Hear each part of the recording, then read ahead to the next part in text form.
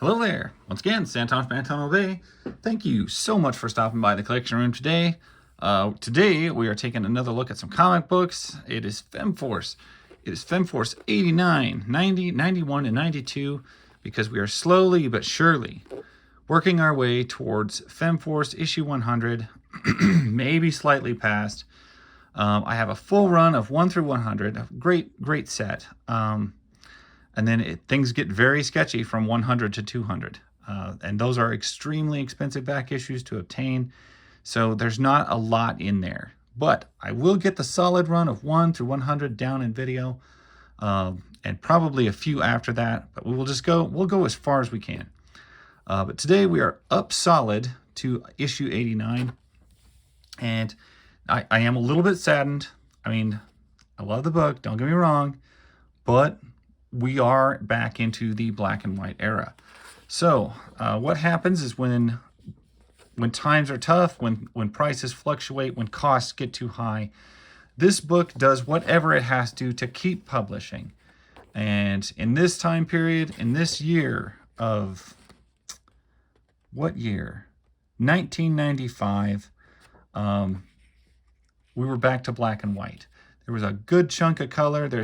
It started out color, went black and white, then it went color for a nice, beautiful long run.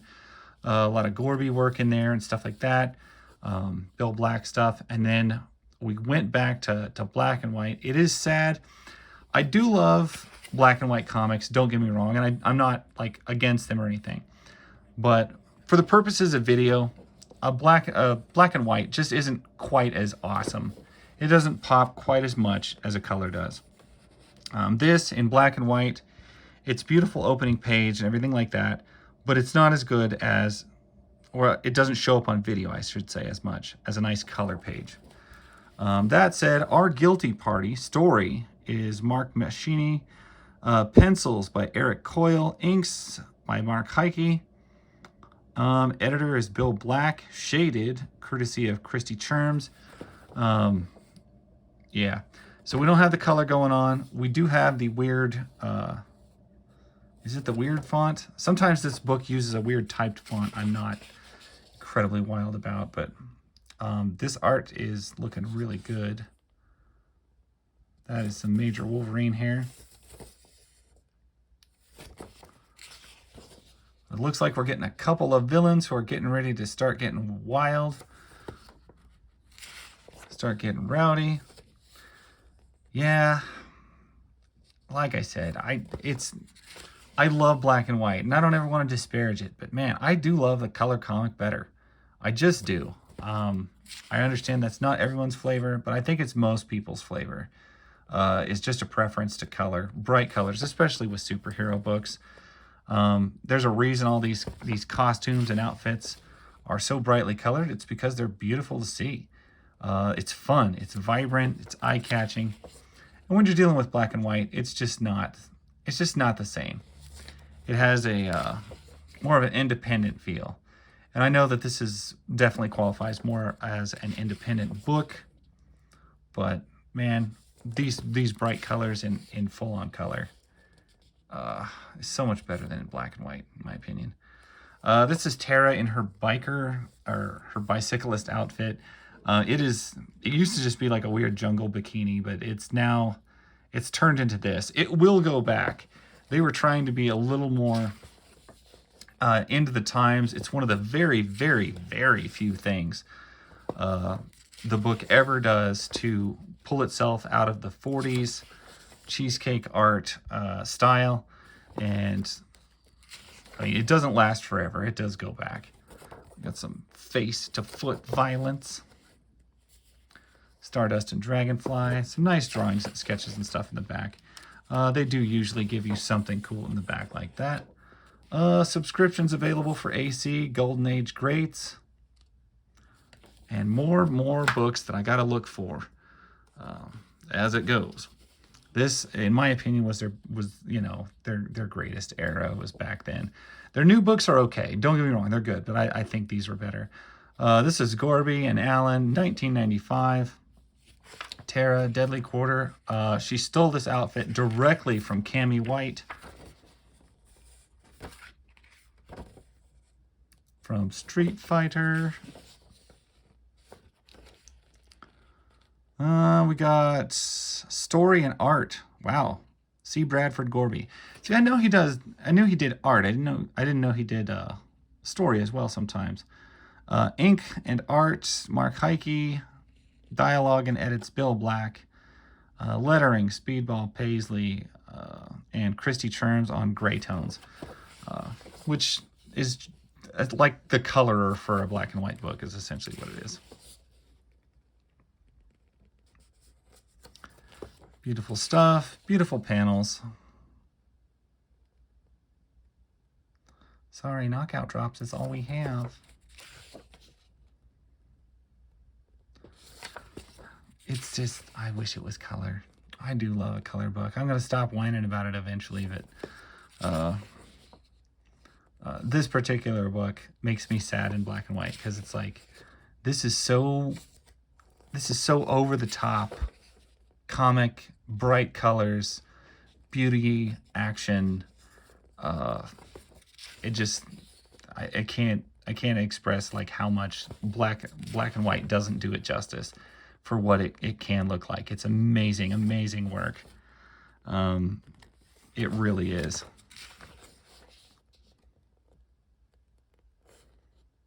Beautifully done, all of it. Tara once again. She ought to just eat this person. I'm trying to think if she ever actually does eat anyone. I don't think so. But you could, especially if you were that big. Irish McCullough, the royal pair. She doesn't look real. That doesn't look like a real photo. It doesn't look like a drawn one either.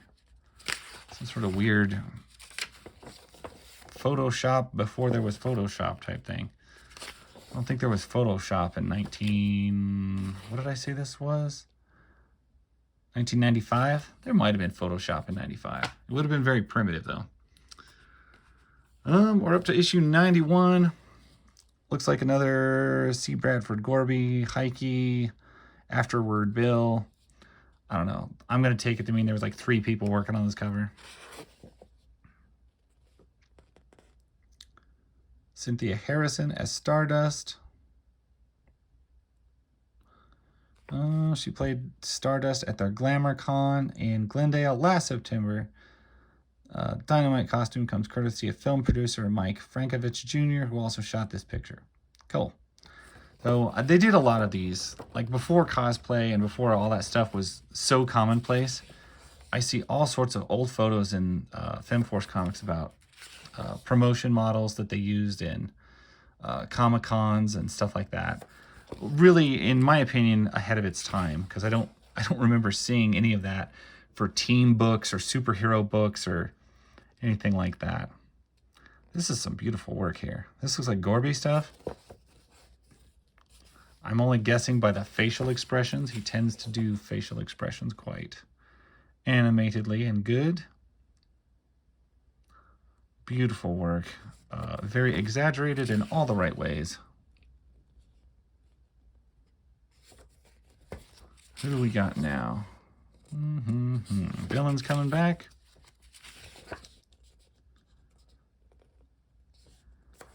You know, it's just a shame that we can't see it in all of its colored glory, because I think it would look better. Or at least more eye-catching. But some great, great looking work.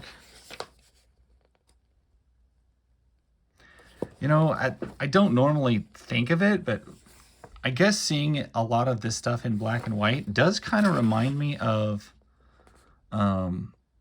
some of like what Todd McFarlane was doing with Spawn. Some of the incredibly detailed, a little bit grody looking, a little bit dirty looking. It has a little aspect of that grittier look to it.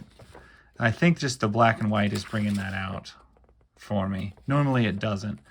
And I don't mean to insult anyone's work by comparing it to Todd McFarlane's, or I don't mean to compliment Todd McFarlane's work by comparing it to anyone else's. It reminded me of that kind of a gritty realism that just looks a little bit 90s grody, a little McFarlane-ish. I'm okay with that in small doses. We can live with that. Anyway, beautiful work. Who's on this one? Story and art by C. Bradford Gorby. Inks, Mark Heike. Tones and balloon, Christy Cherms, and editing is Bill Black. I think Bill is still working on this book.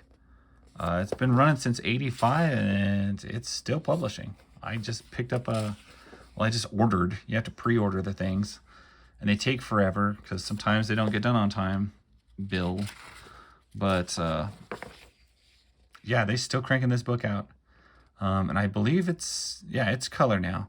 It was a few years back, it was still black and white, but it's once again, it's all vibrant color. It did go through a phase where they were making black and white, but they were like 3 or 4 books thick. They were like enormously thick comics that just came out every couple of months. Even though they were listed, their cover price was $9.95. The fact that it was so thick, it was fine. Like you can't fault it because it was just an enormous comic. These are some crazy, crazy busy, detailed pages.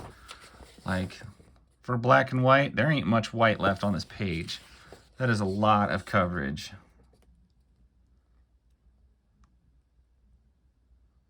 Very, very intense done work here. Of course, we're always focused on looking back on some of the older stuff. There's one thing they always do that tremendously draws me to the AC as a comic company is they're always like, well, here's a new book, but also, you know, here's a chance to buy some 50-year-old comics or reprints of something that was made ages ago, and that seals it for me. Is this a double cover? No. Odd. It's just a strange back cover, but a nice back cover. I believe it's a Gorby cover. I'm going to assume that it is because it looks like one for a back cover. Anyway, that's pretty much it. That's 89, 90, 91, 92. Nice little set of everything right there. Anyway, if you like these, check back. I've got a pretty good playlist of these going on, running from issue 1 to current, or to now. And I hope to someday, as much as possible, fill in every gap that I can. And I will keep working to do that. So I appreciate you guys watching. Catch you later. That's my story. Bye.